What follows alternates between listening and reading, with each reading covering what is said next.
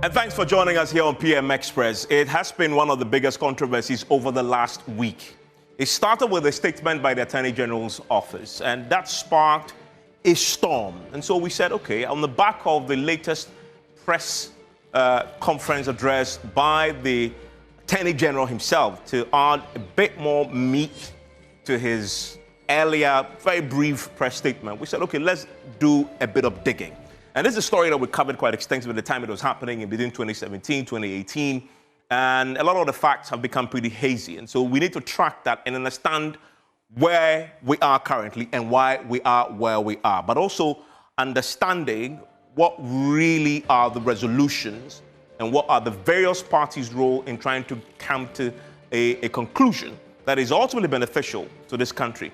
One of the first things we noticed as we began to pore over the court documents that we've applied for, that we secured, and additional documentation, including the very original KPMG report on this matter, is that there was initially a lot of confusion about how much exactly was involved here. And once I go through that, you understand why the Attorney General has arrived at where he has arrived at now, with a significantly reduced amount. The first big figure that we saw was 4.97 billion. And this was a figure that was pegged by at the time, the administrator who had been appointed May 31st, 2018, right? And remember, the administrator then transitioned to become the receiver. So same person, right, doing the job. And the first thing they did, the KPMG identified 4.97 billion. And then they did some further work. And the 4.97 billion quickly then became, and this, by the way, was 31st May 2018. That amount then quickly becomes 5.7 billion. That is the amount that you've heard a lot about. But that is not where it started. It started with 4.97 billion, and then came to 5.7 billion. Now, we're asking ourselves, so what really was happening at the time? This was all happening in 2018. What really was happening while we had these changing numbers? And then we discovered, just pulling back again from the archives, that document from KPMG, the reason why. Because we saw very, very quickly from the KPMG's own administrator at the time, Niyamano Dodu, admitting something very fundamental.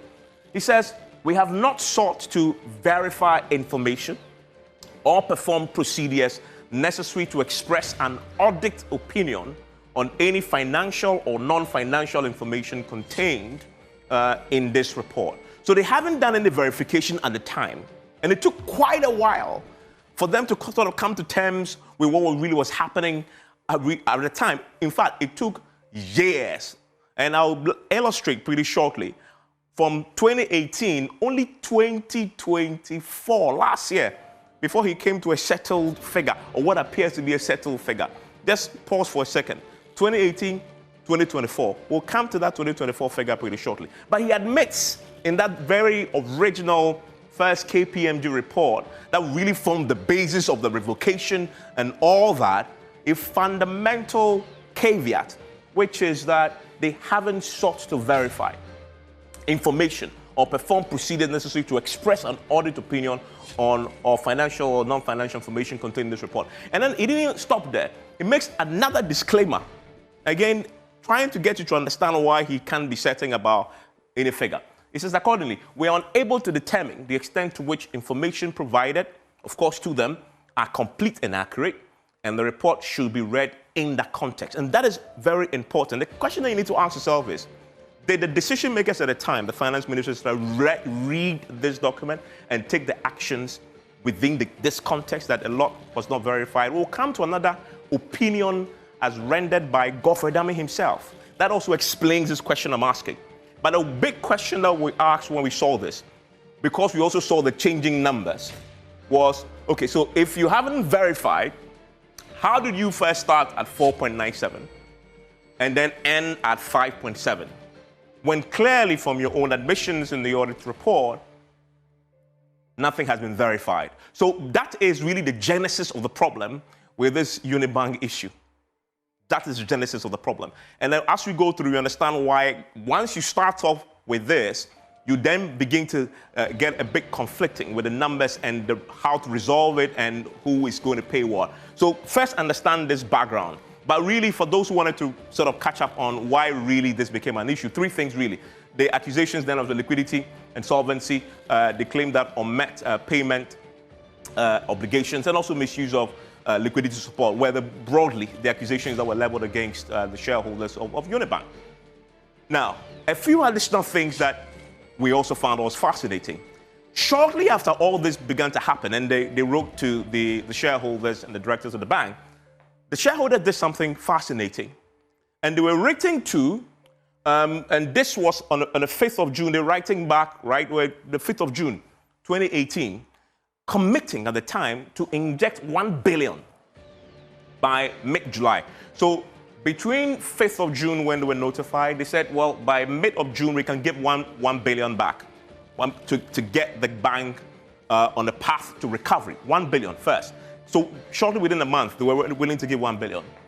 And then second, they again wanted to inject another 1 billion before September. In other words, in 2 months, they would have put in 2 billion in 2 months from June 5th, 2018. 2 billion. Now, keep that figure in mind, 2 billion. This is 2018 we are talking about. When a shareholder says, we can save this bank, allow us, give us 2 months, we'll provide you 2 billion, put it back in the bank, and let the bank run. Keep this figure in head, because I'll come back to it. It will make sense pretty shortly why this figure 2 billion is key. But that's what they committed to do at the time, right? That they wanted to save the bank, and they have money to put in, and will do it in 2 months. Very important figure. And then they said, there's also 3.7 billion in assets that we can also make available, all to save the bank. But for me, one of the things that was striking in this letter that they wrote was that the government of Ghana owed them huge amounts. In fact, contractors owe them huge amounts. The government of Ghana itself and contractors who have also taken loans from the UniBank and were doing government projects owe them amount. And they asked the BOG and the government of Ghana to settle what they are owed, which is around 1 billion. Settle that debt to us. If you do that, and we give you 2 billion here, plus this 1 billion, that's 3 billion. Remember what the administrator was asking for? 5.7 billion thereabout, right? So that's 3 billion already that you have back in the system. And this is on record, part of the court documents that had been tendered in. Now, other thing that again was fascinating, right? And changing numbers, pay attention to that. We know that UniBank assets with government at the time so exposed to government to the tune of 3.1 billion. So, and this goes to answer the question. So all the monies that we're talking about, that we heard about, that the allegation was that had been looted, the huge chunk of that, where were those monies? Were they really looted? And you listen to the Attorney General say that, well, no money was really looted. A lot of that was with government itself. Let's break that down. A total of 3.1 billion. And this is all part of the document before the courts, right? So you can apply and get the details there. And let's break it down. This 3.1 billion, again, tracking the money, follow the money. T-bills alone came in at 1.1 billion. You had ESLA bond at 131 billion. Then you have cash and short-term funds of 233 billion. Unpaid guarantees, IPCs, and for me, that is a huge one, 1.3 billion. This is the exposure to government. Government itself owed them so much, 1.3 billion. That's unpaid guarantees. Simply put, this is the UniBank exposure to government. Government debt with them, the projects that they had funded sometimes, the contractors, all that put together, 1.3 billion, plus, of course, the bonds, the T-bills, etc., right? And then you have others. You have the GOG guaranteed loans. GOG guaranteed loans of 457 million. Public institution loans, right, of 46 million. You have export guaranteed loans of 114 million. And then you have the GOG mortgage loans of 9.3 million. In essence, that is the breakdown of where the money was at the time. And this is, again, before the courts. And you see the list here, all coming to a total of 1.3 billion, right? So this, again, is fascinating. And you need to ask yourself that question. If government had paid back part of this money, will the bank have probably survived or died. And questions were asked at the time, quite significantly, when this was happening. But because of everything that has happened, you need to trace back to understand why we are where we are. But that is where you find the bulk of the money in terms of the breakdown, right? Were things done, for example, that indeed were not best practice? Of course. And that is why you see that some of the shareholders still say we are offering to put in $1 billion, $2 billion. But because that's what the law allows. The law actually makes room for shareholders at the time when the bank is struggling to put money back in. It's in the law. In fact, Godfrey Dami mentions the list of things that the shareholder is allowed to do. Because the law anticipates that sometimes banks will struggle. The shareholders must cough up the money. And indeed, it said they can't produce and bring up the money to solve the problem. Now I'm coming back to helping you understand this initial confusion at the beginning when the administrator was not quite sure and had pegged the figure high north of $5 billion. As of March 2024, in fact, to be very specific, March 26th, the receiver is in court and has significantly revised the amount involved. Remember that. From $5 billion plus, the receiver in court just last year says he's no longer interested in $5 billion because he's now looked at the books and everything else that happened at UniBank, and it is significantly less. In fact, it is $2.8 billion. This is on the court document. That's how much he says the liabilities are. And that is how much he says now the shareholders and the defendants in the case that had not been discontinued must pay. See the huge drop. This is the receiver now. The same person who was the administrator who then transitioned to a receiver, right? Now saying it is not $5 billion anymore. It is $2.8 billion before the court. And that is fascinating for me, right?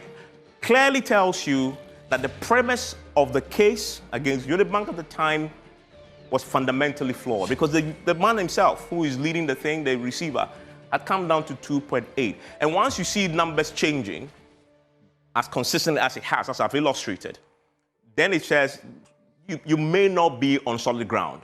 And that possibly may explain something the Attorney General said, is that if we pursue this matter further, we may not be in a position to win it because you can show the evidence. But then there's also the case of what the previous government's own Attorney General at the time said. So from $5 billion, sane person, the receiver, is now just last year telling the court it is now $2.8 billion. So what happened to the difference? And remember, it didn't even start at $5 billion. This one, that's $4 billion. $5 billion, now $2.8 billion. So which figure are you working with is a fundamental question. But you find the answer in the KPMG report, which was in essence say we haven't verified. And now a lot of verification is happening over time. But also pay attention to 2.8. It will add up pretty shortly when you begin to look at the Attorney General's press statement and press conference. I will illustrate pretty shortly. So this is the Attorney General recently now telling us that, well, we have now negotiated this, having taken over and looked at the matter, and having actually asked the receiver itself to do reconciliation with the BOG, and talking also to the shareholders of UniBank, we've come down now to $3.3 billion. And remember, $3.3 billion out of court, it is far more than the receiver who is taxed primarily, who is trying the case, but it is the receiver versus the other defendants. He himself is asking for $2.8 billion. But when they negotiated this with the Attorney General, they are talking about $3.3 billion, the $3.3 billion CDs. But the breakdown is what fascinates me because you see that it will come back to $2.8 billion. Just follow. The Attorney General then tells us, in terms of the revision, right? If you look at, so how did they come to from the $5 billion? The Attorney General also is working at a $5 billion figure. How did they come down now to 3.3? They said there's $2.1 billion there. That is fictitious claims. This really didn't go to anybody's pocket. It was just added to the books. And so it's nothing there. It's poof, it's air, right? So you can discount that. So that's the first one they discounted. And there's $300 million, which is in a separate entity subject to a different state agency that isn't part of the UniBank issue. So you have to discount that too. So they took these two away and it came down to the $3.3 billion. So that is gone. Now, then comes the question about what the shareholders are now offering to pay. which is what the Attorney General said, the 60%, which is what has caused the controversy. 60%. Attorney General says the shareholders say they are ready to pay $2 billion in full of the 3.3. Pay attention to this. $2 billion in full of the 3.3. Now, if it's $2 billion, but the thing is 3.3, they are paying $2 billion in full, of course, then there's a bit more to pay. Then they say, in addition to the $2 billion that we are ready to pay, and now let me say something about the $2 billion, connecting to what I started, where I started. Remember that in 2018, UniBank said they were ready to pay $2 billion in 2 months. $1 billion by middle of July, and an additional $1 billion by end of September. $2 billion. 2018. In 2025, having negotiated, having brought the figure down, they've ended up same place. $2 billion in full is what Attorney General is telling us. So the key question you must ask when you do the linkage to the when they started, then the whole bank was collapsed, is fundamental. They offered $2 billion at the beginning in 2018. If we could do that and take the $2 billion to save the bank, why did we wait for 6 years to do what we should have done to save the bank at the time? That is a fundamental question. What really informed that decision? Because we are back there. It means that the shareholders are still willing. One thing they have kept and they are very consistent about is that regardless of the time difference, we are still committed. They haven't changed their commitment to the bank. They haven't changed it. $2 billion in 2018, $2 billion in 2015. They are still very committed and consistent with how much money they want to put it back in because of the way the bank was run and the challenges it faced. So that they have remained consistent about. And that for me is a fascinating trend, just connecting to different times and arriving at the same figure is fascinating indeed, right? So that's the first one. They are going to pay $2 billion in full. They would have paid $2 billion then, and UniBank would have been saved. As you know what happened, a lot of jobs was lost. People died as a result of that. I remember doing a lot of stories about the workers who now have lost their jobs and they were struggling. But money was available, at least if you chased the shareholders. They remain consistent. They haven't changed their word on this figure. 2018, $2 billion, we're ready to pay to keep the bank afloat. So you save depositors' funds. 2025, a different government, $2 billion same. But then another interesting, fascinating dimension to this is that the Attorney General said once they pay the $2 billion in full, they say they have $800 million in assets that are sure that will give back. Now pay attention. I want to go back to another figure. This is the receiver's own figure now, the new figure before the court as of last year. Remember what I said? The receiver is now before the court, not asking for $5 billion, but asking for $2.8 billion. If they pay $2 billion in full and $800 million in assets, you put the two together, you land at $2.8 billion, which is really what is before the court too. So although the Attorney General may have negotiated this out of the court, somehow the figures are adding up and landing at what the receiver itself is asking for before the court. Again, fascinating indeed to see how this is playing out in terms of the numbers. Just follow the numbers, and it's fascinating. But one of the things that I also noticed, and I want to repeat, is the consistency of the shareholders in their commitment to then keeping the bank afloat and now also making restitution for what has happened. But then there's additional money that needs to come, and they said they're going to shortfall to be declared via asset sales, and then $2.2 billion to be recovered with cooperation. The shareholders are cooperating to retrieve others. And then you see the $500 million that has been recovered according to the AG, and then $700 million outstanding that will be retrieved over 18 months. Now, the fascinating bit of Godfrey Dame's opinion. That we know was written in 2019. And I thought that was really fascinating. The first thing I found there in that document, and this was a letter, an opinion to Ken Ofori-Atta on the UniBank matter. First thing that I found was fascinating.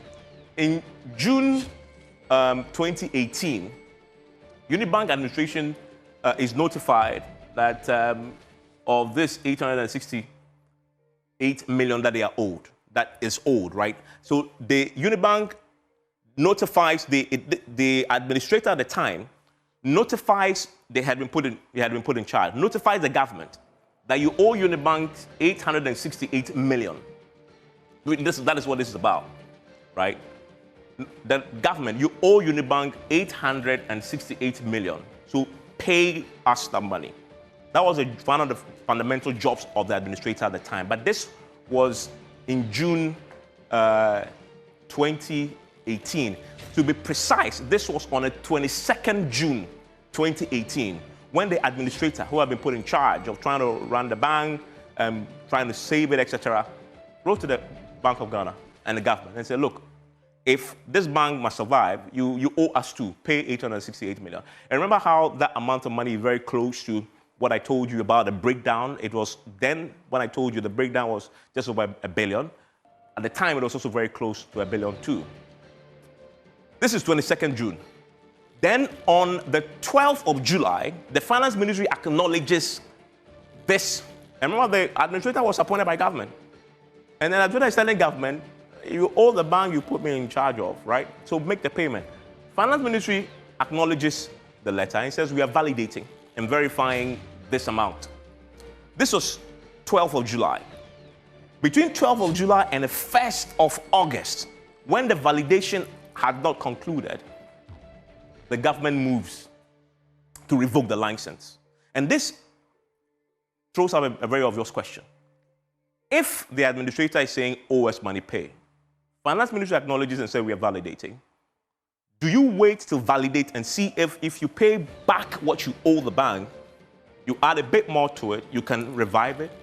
You don't wait for that to complete, and then a few weeks later, in fact, two weeks later, you revoke the license.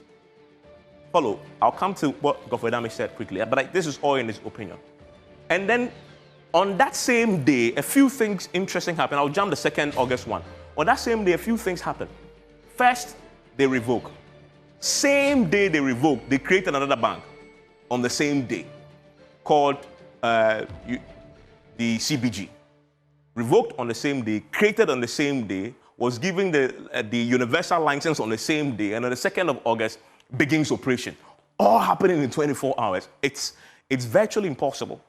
But then Godfrey Adame, having looked at the details, concludes on something, says, quote, it is apparent that the revocation of the bank's license or appointment of a receiver are not actions permitted under a report prepared pursuant to Section 114. In other words, jumping to revoke the license wasn't part of the options if you really wanted to deal with this struggle of the bank. You had to give the shareholders an opportunity to pay back monies. You have to possibly get another shareholder to come in and put money into the vehicle and the bank to make it run. Godfrey Adame went through the list and says, revocation is not part of the deal at the time. That was one of his conclusions. Another thing he said is that the transfer of the UniBank to CBG on August 1, 2018, breached the law, as CBG was not licensed to operate on that date. But it was working, it was doing business, what it was supposed to. And the thing that I found fascinating here is that it says it is a criminal offense for CBG to have been allowed to operate, to do business, when it had not been licensed to operate. And it was fascinating that their own Attorney General's department was saying to them at the time that what happened was fundamentally wrong. And it couldn't find anywhere in the law to support the actions that we're taking. That is the journey, and that's where we are with all these negotiations around who is paying what, 60%, 40%. But just to understand the dynamics of why this has traveled so far and why the numbers are what they are right now. One thing is consistent, as I said, the $2 billion that the shareholders say they will pay in 2018, that the government rejected and revoked, which the Attorney General says, again, was in breach of law, etc.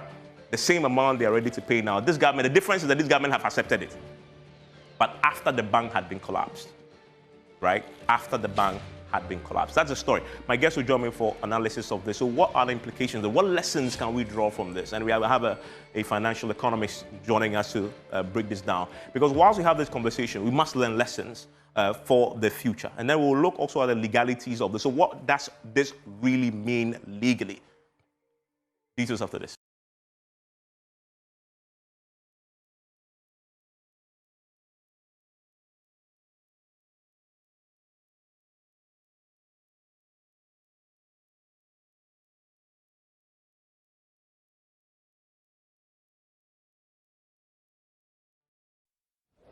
And thanks for staying with us here on PM Express. It's always brought to you by Syntex Tanks. It is strong, it is tough. It's also brought to you by Academic Times newspaper and Pepsodent Cavity Fighter toothpaste. Syntex Tanks. Let's talk water tanks, shall we? Do you know the secret to real water storage? It's simple. If your tank doesn't have the tortoise on it, then it's not the correct tank. Join the Syntex Tank family today and enjoy water storage that's tough like a tortoise. 0244335168 to buy now or find one of our 400 agents nationwide. You can also shop online at syntexgeo.com. Syntex Tanks, it is strong, it is tough, you're strong, you're tough. Now, the Academic Times Journal is launching soon with 3 distinctive graphic publications in a journal to showcase and empower students across all educational levels, while the journal and the tertiary G seeks to ensure that tertiary students' research makes an impact by contributing to institutional and national development. And so you want to look out for that. And also the Pepsodent Cavity Fighter, because every time we eat, food and sugars are trapped between our teeth, leading to tooth decay, gum disease, and in some cases, foul breath. Brushing your teeth every morning and night with Pepsodent Cavity Fighter gives your teeth the protection they need, leaving you with 10 times stronger teeth. Pepsodent, every smile matters. Professor Lord Mensah is the head of the joins us right now. He is a financial economist, but also he's the head of the local government service. I'm delighted that he can join us. Hello, Prof. Grateful to have you join us here on PM Express. And also Martin Kpebu, you know him, is a lawyer, also has been studying this quite extensively. And I want to start with you, Martin, because last week, Martin, when we spoke to you on the show, you were looking forward to the Attorney General's press conference. In fact, you were holding your horses until you hear the further and better particulars. You've heard him now. Are you convinced still?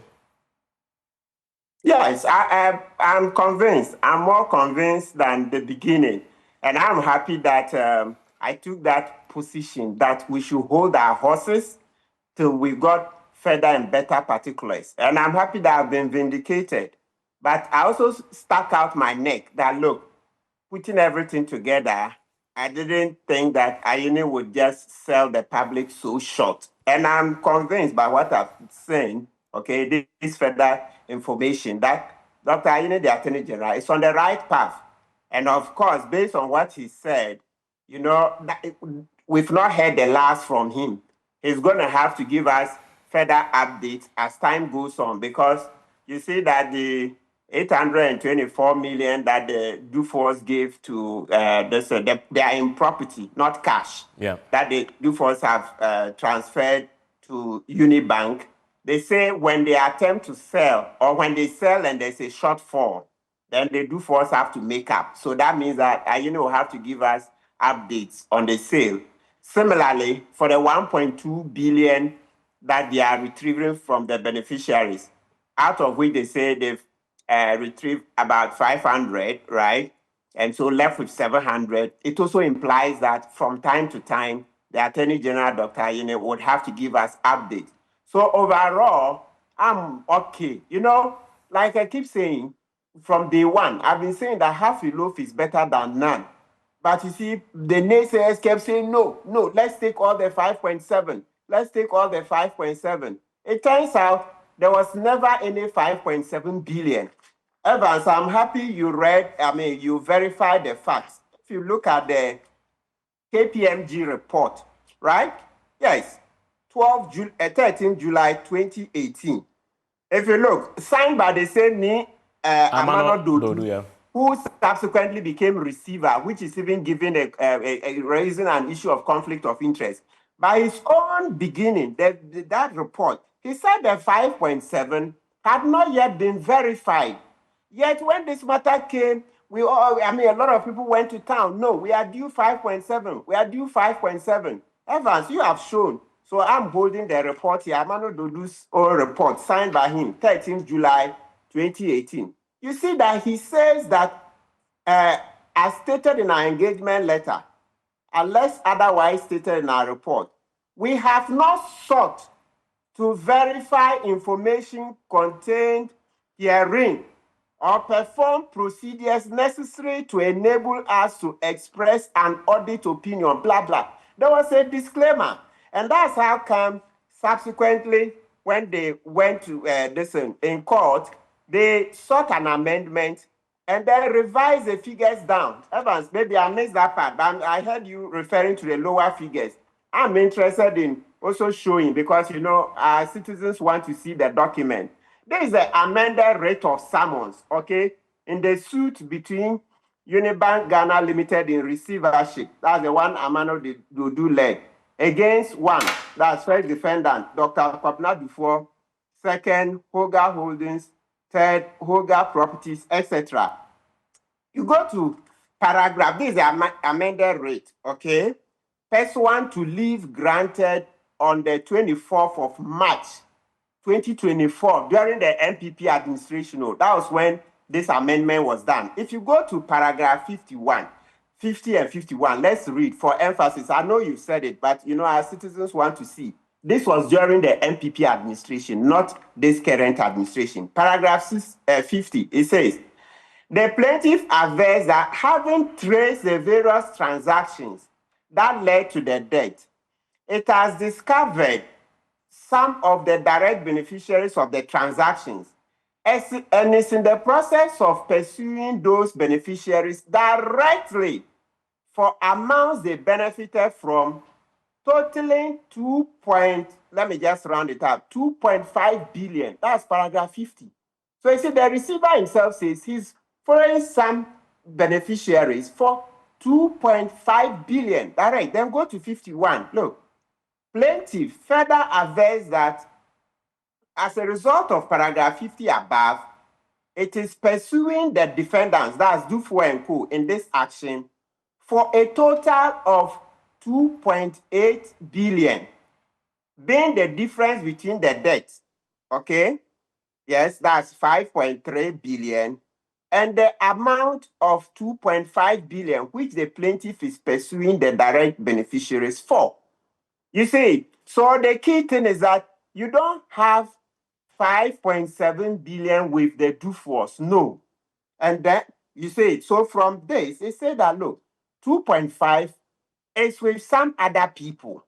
So the 5.7 is not the 5.7 it turned out to be.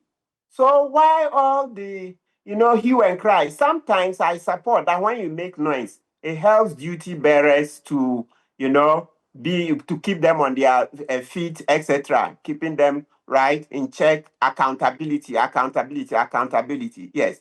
But this one, the difference is that the Attorney General, even before the Attorney General promised that he will bring further and better particulars, as a nation, you remember that day, I said that we have to be scientific. The last time we did the PM Express on it, I said, no, let's be scientific. Ask for further and better particulars. When you get that, then you can interrogate and make an informed decision. People said no. They had seen enough to conclude there was corruption, there was conflict of interest, etc. So today, who is having the last laugh? And Martin, there's something that I also, in terms of the timelines and the commitment of the shareholder, that I found fascinating. Give me your thoughts on that. That in 2018, when the issues with UniBank was first flagged, they had committed to pay a total of 2 billion within 2 months. In fact, they said we're going to pay $1 billion by middle of July and then another $1 billion by end of September 2018. Then, very interestingly, under the current administration and negotiation that has happened, when the money now had dropped significantly before the courts, and I like to use the court one because that is really the official documentation. I know even the AG talked about 3.3 billion that they negotiated, but the court documents are the court document. That is the prosecution. Yes. You see there that the shareholders are still saying to the Attorney General that they will pay 2 billion in full. Yeah. Right? Which is the same amount they had offered to pay in 2018. So that consistency was fascinating. Absolutely. Evans, when you were reading, did you show the letter, the Dufour letter, signed by Dr. Kwabena Dufour? That's 5th of June. You know, our people 2018. want to see. Yeah. Yeah, let me brandish it. Yeah, so when you come down here, it says, inject 1 billion Ghana cedis not later than mid-July 2018. Then the next one you mentioned, inject another 1 billion cedis before September ending. And this letter is dated 5th June 2018. So Evans, like he said, if you couple this offer together with Godfrey Dami's own opinion, where he said the setting up of CBG is illegal, it is a criminal offense, it is contrary to our laws, Godfrey Dami's own signature, this is his opinion, 20th January 2018, it leads you to one irresistible conclusion, which is that they revoked the UniBank license as a political witch hunt. I kept telling you, I mentioned it. They just did that to the Dufours, thinking that they were cutting oxygen from NDC. That was all. That's their playbook. That was a Akufo-Addo and Ofori-Attah's playbook, singing from the same page or hymn sheet. That if you yank the license from UniBank, you've cut oxygen from NDC. NDC will not be financed. Because it was clear that, look, what they were doing didn't make sense. It didn't make sense. You think, you know, the last time I mentioned it. Look, when you run an economy, there are some entities that are so big that there's a principle of too big to fail. Let's go back. Let's repeat. The financial crisis in the US, etc., in 2008. Look at the Wall Street big boys. They were caught in subprime mortgage lending. They lent, what it meant was that they lent money to people who otherwise didn't qualify to borrow to buy houses. And then it boomeranged on them. Bears and Stern. Can you imagine? The Wall Street big boys, Bears and Stern, Goldman Sachs that is still giving government of Ghana advice today, making money offers, etc. Merrill Lynch, all of them were caught. Who yanked their license? And Martin, let me ask you, you're the lawyer. Considering that opinion that the former Attorney General rendered, does it offer any clarity or context to Dominic Ayine's conclusion that if he had pursued this case, there's a high likelihood that we would have lost it and would have lost all the money in the first place? Absolutely. Is that an opinion, something that can be used in court against the state's attempt to prosecute? By all means, it would have been used against him because here it is. That's his signature. This document leaked long ago whilst he was in office. He couldn't properly deny it. He couldn't have issued anyone to counteract this. So this stands. So by his own opinion, even CBG is an illegal entity, etc. And everything that he stated here. So this was going to be used against government of Ghana in court. Their case couldn't stand. But because of that political witch hunt, and if, in case you've forgotten, we got direct evidence of that political witch hunt from the lips of Godfrey Dame himself in the Atuforcing case, where he was heard on the tape. He told Jakpa that it's not him, it's Ofori-Attah and President Akufo-Addo who are on his neck, asking him to prosecute Atuforcing, current finance minister, at all costs, try to get a conviction at all costs, willy-nilly, break all the ethical rules. And spineless Godfrey Dame couldn't stand up to Akufo-Addo and Ofori-Attah. He wanted to be in their good books. He wanted to enjoy all the perks of office with them. He went on, and you see today he crashed earlier because the trial against Atuforcing won. Godfrey Dame's successor, Godfrey Ayine, has issued a statement that he sees ethical breaches. So here is the case. Godfrey Dame's reputation in tatters. Young man, he couldn't stand up to Akufo-Addo and Ofori-Attah. You see it? Yes, he groveled. And now he... And I know a lot of things there that he obviously denies quite forcefully. But let me bring in Professor Lord Mensah. Of course, he is the financial economist here, but also, as you know, he's the head of the local government institute, and I'm grateful that he could join us, local government service. I'm grateful that he could join us. And Prof, you bring a different dimension to this. With all the facts down that we now know, having traveled this long from 2018 to now, the government's approach is to say, let's recover. Is that the best approach in dealing with a distressed entity such as UniBank, which obviously we now is no more, but at least we are now talking about it because of the recent negotiations that has happened to try and recover a bit more? You see, Evans, in banking, there's what we called minimize the loss and then maximize the recovery.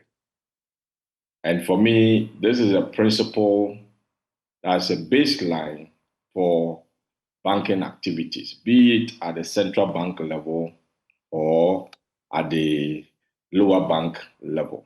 So for me, these principles were not applied, earlier on when, we had the banking crisis.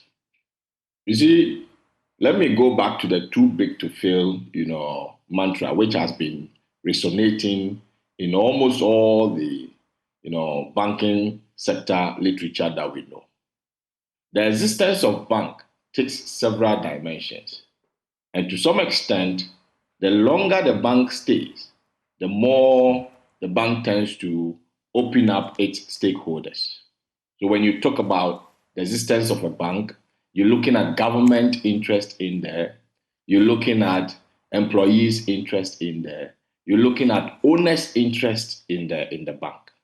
So if a bank is about to collapse, you don't look at just the owner's perspective alone and say that the owners are not able to meet certain financial obligations, and as a result of that, the bank needs to collapse.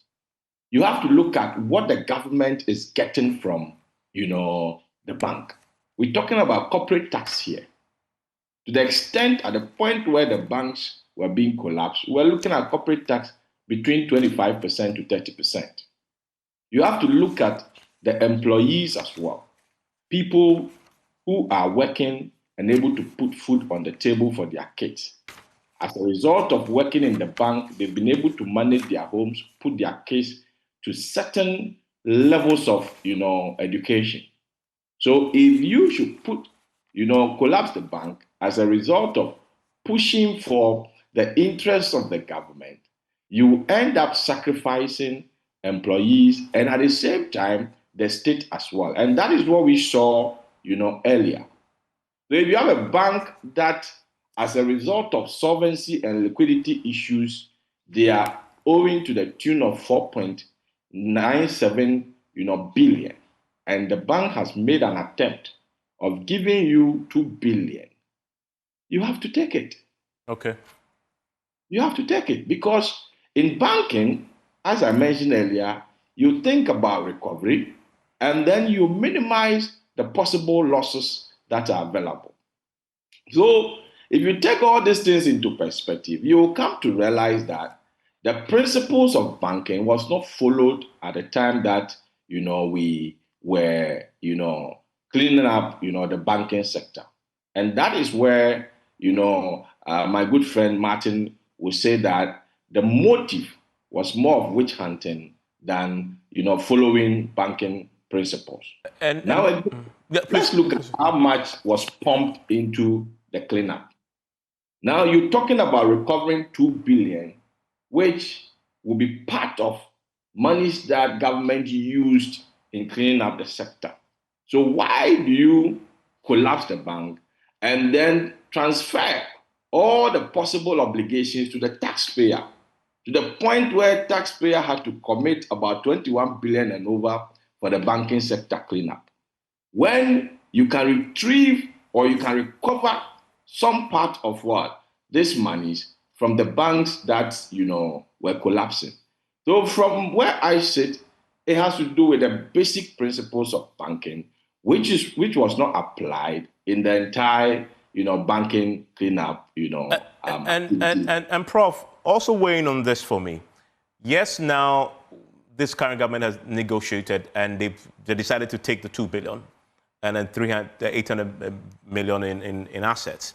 However, throughout the period, as I looked at the documents, there was always government exposure, government liability to the bank itself. Government owed the bank significant amounts of money. In contracts, government exposure, a lot of loans that they've given to government entities that have not been paid back. What should happen to those? Because I haven't heard any conversation about that. Because it's interesting that even the administrator at the time, when it first took over, wrote to the government to say, you owe us at the time 800 million. Government says we are validating. 2 weeks after the admission that we are validating, they terminate, right? They revoke the license. In 2025, I believe that amount is still there. Should that also be factored into this at all? Because in the breakdown that I've seen the Attorney General talk about, he hasn't even mentioned that at all. Yeah, so probably the Attorney General has realized that, yes, of course, government had a role in the collapse of those banks. That is why, the Attorney General thinks getting a part of the cake, is better than losing everything. So from where I sit, it has to do with interest. And that is why I mentioned earlier that the existence of the bank satisfies several stakeholders, including the government, itself. So if it turns up that, the government owes, the bank, and at the same time the bank is collapsing, then obviously the government needs to consider what it owes the bank and then net it off the possible assets that, they are recovering. So from where I sit, that needs to be considered. And Prof, let me ask you, so in best practice, but also in law and in banking, when a bank is in distress, what typically is the first step to trying to get it back to good health? Who takes that first step? Who must bear the first responsibility?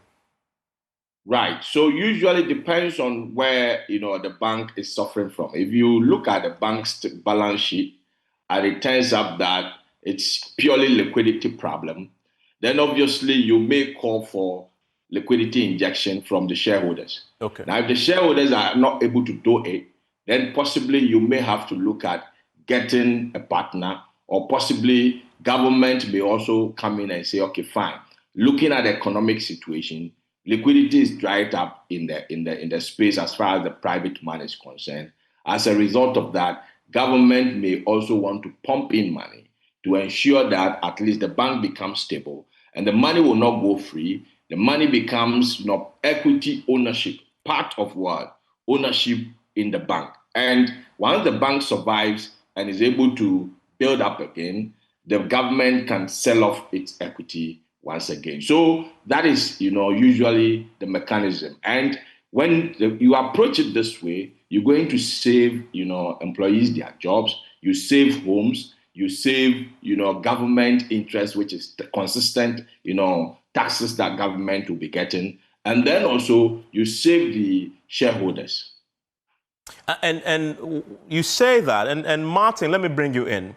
I get the sense that what Professor Lord Mensah had just said may have been something that Godfrey Dame, in his opinion in 2019, actually also picked up on in terms of what the law says must happen when a bank is in distress. And I believe I see that on page 5.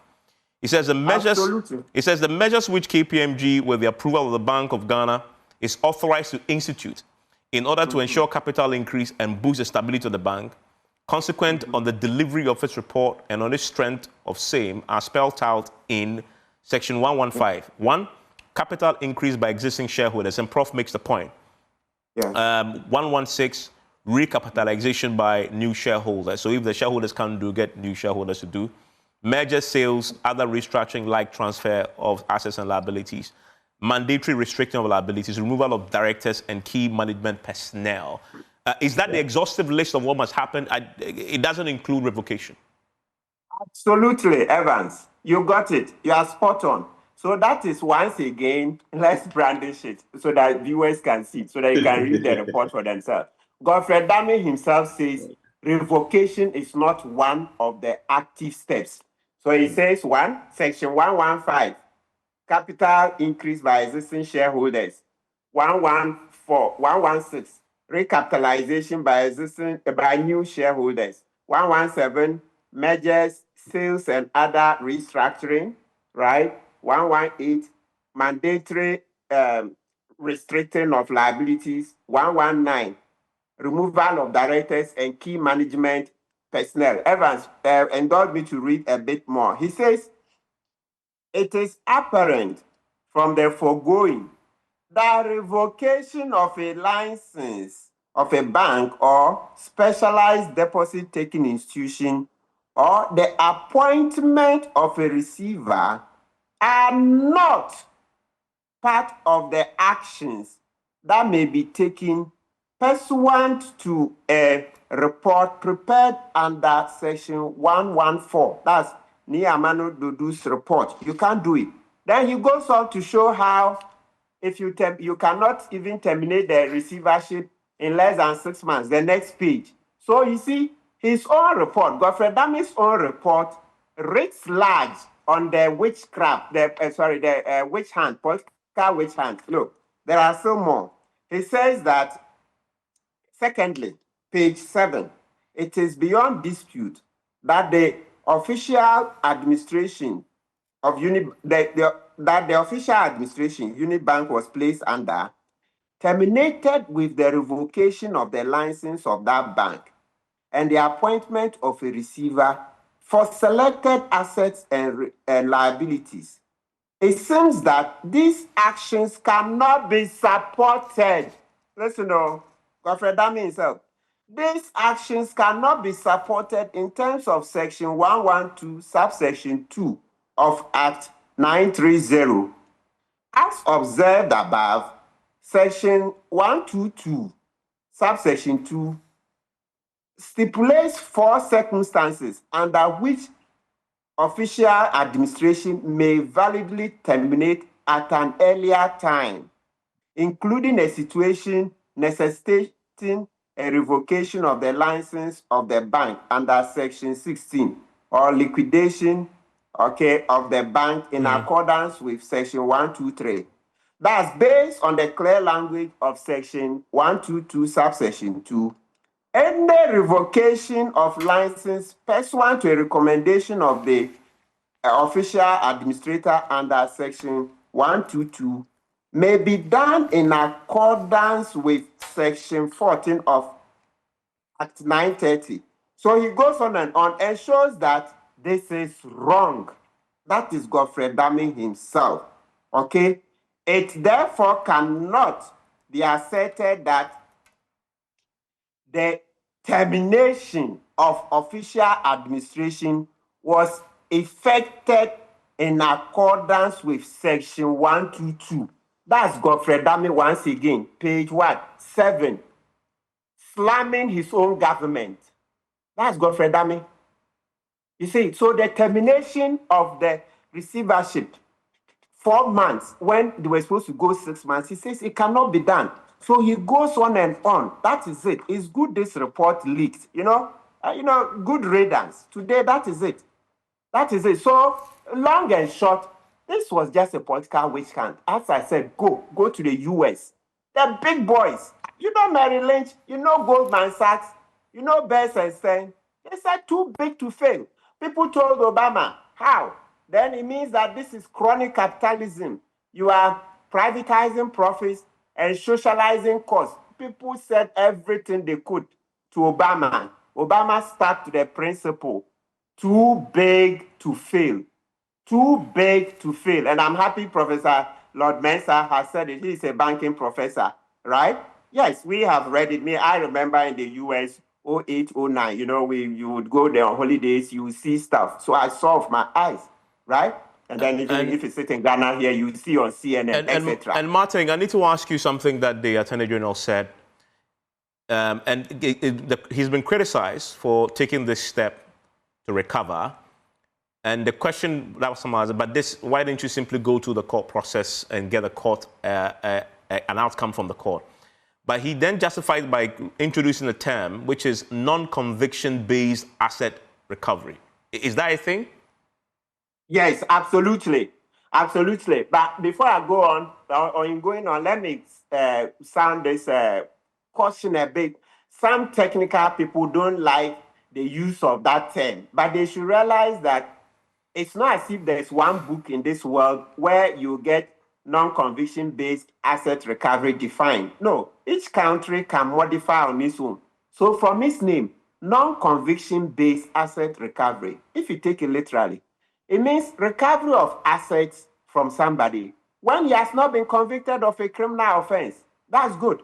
So I am going with Dr. Ayine. I even used it even before the press conference that I see this as non-conviction-based asset recovery. But some lawyers said, no, they wanted it to be such that the criminal case would still have been pending. But now that the criminal case has been terminated, then it means that something is missing. You will never get anything 100%. Look, for the people of Ghana, what is key to us right now is that we are getting a lot of the money back. That's what matters.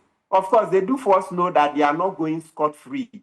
By taking this from them, etc., it's an implicit admission of some wrongdoing. Some. No, it cannot be 100% that they did nothing wrong, okay? Though we also know that there's political witch hunt, right? Which is larger than whatever they may have done wrong. But the key thing is that for us as citizens, we are getting the money back. Ora says what?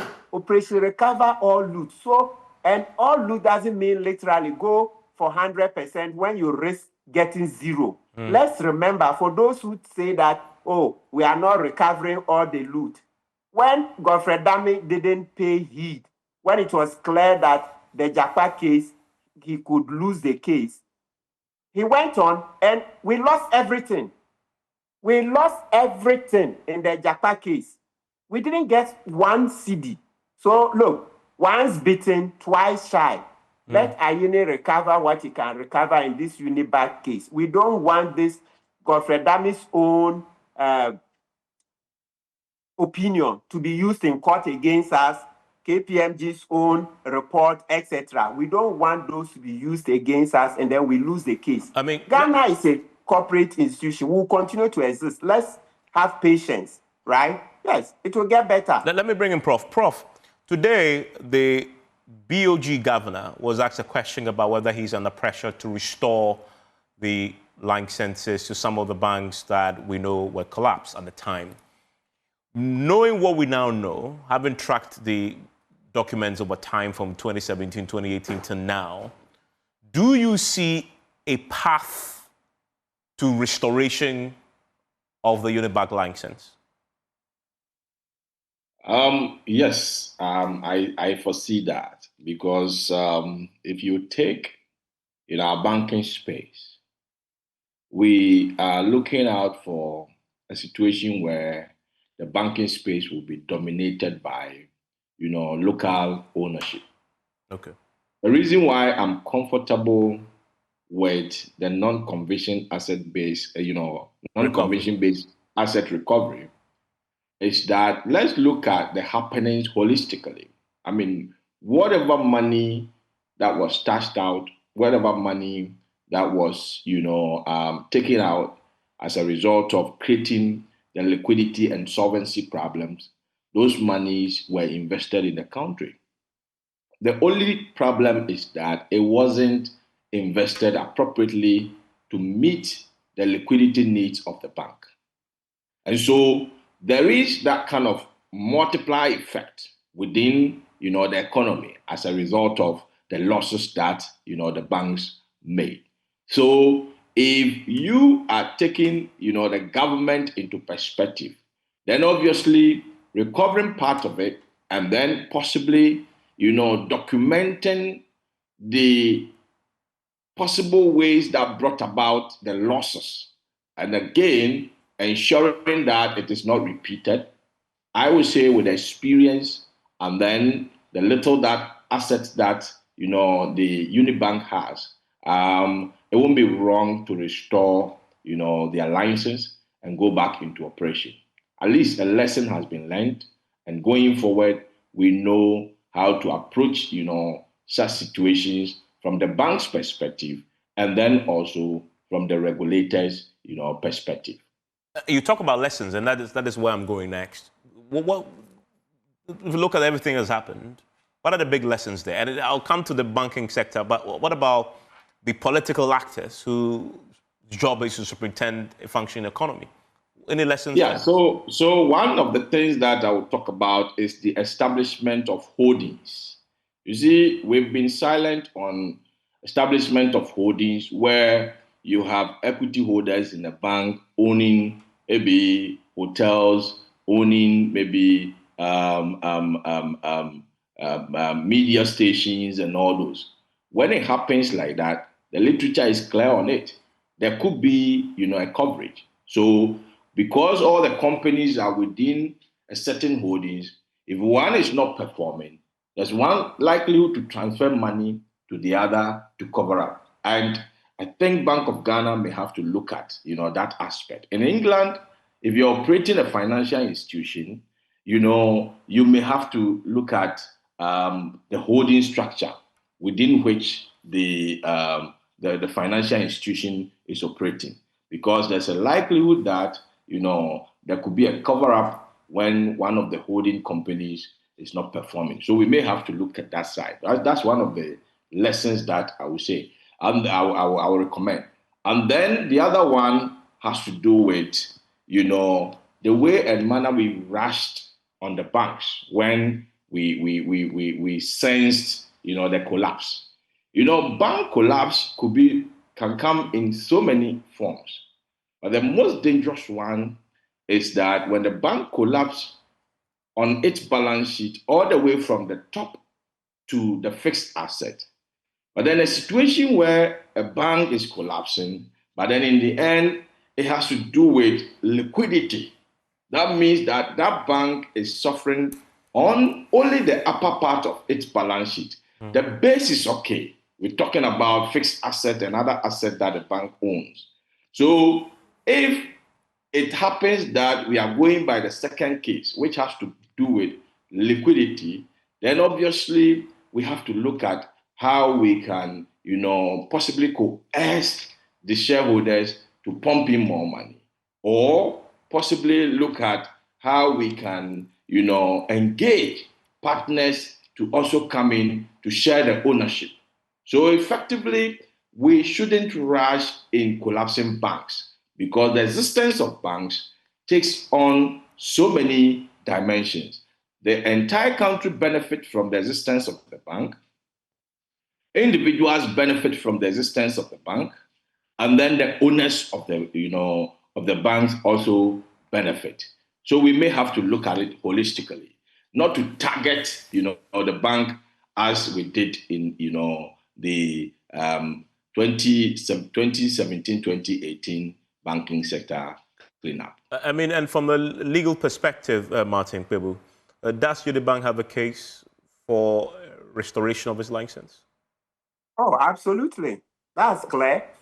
That's clear. And the Attorney General's opinion is the touchstone, is the sheet anchor of their case, because the AG itself damned, Bank of Ghana, the government generally, that what they did was wrong. When you read, it's just replete with all the bad things. So with the AG's opinion in their hand, yes, I can say that UniBank has a good case. They should be given their license back. Look, and if you want to learn, because we had read the sections, remember earlier on we read section 114, 115, 116, the page 5 that you earlier on referred to, right? Saying that revocation is not one of the actions to be taken. Let's go back there. It bears emphasis. It helps to repeat. It says, it is apparent, page 5, from the foregoing that revocation of license of a bank or specialized deposit-taking institution or the appointment of a receiver are not part of the actions that may be taken pursuant to a report prepared under section 114. That's it. He says revocation is not. It's Godfrey Adami's own signature. And the other part, look, he says selecting the assets and giving the good ones to CBG is also wrong. He makes that point. Okay, then that's on page 9. Let's read that small part. He says that there is no provision in Act 930 for a receiver appointed pursuant to Section 123 to be vested only with selected assets and liabilities, as stated in the letter appointing the receiver. And that part I found interesting because Godfred in that opinion says that they took the good assets and gave it to CBG, and then the bad assets went to the receiver. And that it says that is not the law. Everything must liabilities and assets. You have to carry all the liabilities. Yeah. Yes, and he further said, page 7. That's where he said the termination of the receivership in less than 6 months is also illegal. So this whole thing, I mean, come on, it's a comedy of errors, all right, by then Bank of Ghana, Addison, who was championing, he was cheerleader for the political witch hunt. And Addison was just cheerleading Akufo-Addo, helping Akufo-Addo and Ofori-Atta. And Ofori-Atta was looking to cut competition. It's like the Dufours are colossals. So Ofori-Atta couldn't stand them. Ofori-Atta just couldn't stand the Dufours. So, and many others. You see what he did to Amoabeng. Amoabeng, who used to lend money to Ofori-Atta. When Ofori-Atta didn't have money, Kofi Amoabeng lent him money. Decades on, Ofori-Atta would take away the license of this Kofi Amoabeng's bank, etc. So you could just see that Ofori-Atta was just on a personal vendetta to cut competition, people he saw as what? Competitors. And you see today, he is rather in tatters. He's fled Ghana, right? We are having to get him back through extradition, etc. This is a lesson to all of us as Ghanaians. Earlier on, you were asking Professor Lord Mensah what we should learn from it. Yeah. The first thing we should learn from this is that, look, political witch hunt doesn't pay. Political witch hunt doesn't pay. Because now today, Godfrey Dame is suffering it, Ofori-Atta is suffering it, Akufo-Addo is being consigned to what? Oblivion. Akufo-Addo doesn't excite anybody. We only remember wickedness, etc. So that's the first lesson we all must learn. Too big to fail must be respected. Yes, they do something that wasn't that too good, but you look at what Americans will do. They would rather save the American taxpayer and the American jobs. But in Ghana, it's pull him down. Ofori-Atta and Akufo-Addo were just not happy that the Dufours had created the biggest local bank, right? And so let's just cut oxygen. Let's cut oxygen. Let's destroy their family. I mean, but is there enough evidence to make that conclusion? The report is here, Evans. You yourself read from it. From everything Godfrey Dame said here, he said it is illegal. If it is illegal, it's Beye. Please, Evans, you read it. Look at the report. Godfrey Dame showed how everything was wrong. How do you create a company, CBG, in one day and give it a banking license the same day? Everything Godfrey Dame says is wrong. He himself said it. So this is Beye, because Godfrey Dame, as this Attorney General, he says it is wrong. So if it is wrong, and yet they went on and did it, so at that time, sorry, he was Deputy Attorney General when he authored this report. Okay, so if he said everything is wrong and yet it was done, then it's Beye, that's Abro, we say locally, Abro, just trying to cut down, pull him down, political vendetta, right? Yes, vengeance, more or less, like the Dufours are growing too big, so let's just cut them down. Now, you've sent thousands of graduates home, I mean, unfairly.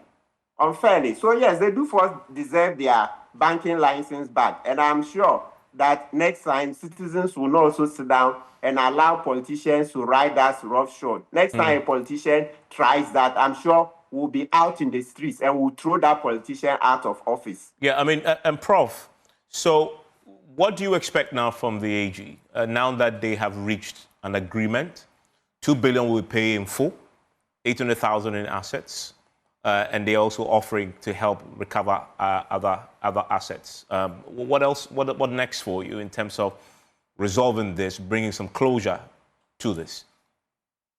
Yeah, I think in banking, basically, once there's a recovery, we need an assurance and also ensure that the licenses are restored, and then possibly, if of course, the Dufours are well known and they know how to, start up and then build up on whatever licenses they have. And, the license is a property. for which, it gives enough equity. So once they get it, a private man may come in and then they can start, the bank again. And the most important thing is for them to realize, their equity in the new business that will come up. So for me, we've picked up the lesson from it. Recovery is in the process. Once the recovery is done, license needs to be restored, and then business can go on as usual. Lord Benson, I'm grateful that you joined me. Martin Kpebu, grateful too. The AG has committed to regular updates on this matter as part of this still remains to be resolved as they proceed with the negotiations to recover $2 billion upfront, 800 in assets. Enjoy the rest of the evening.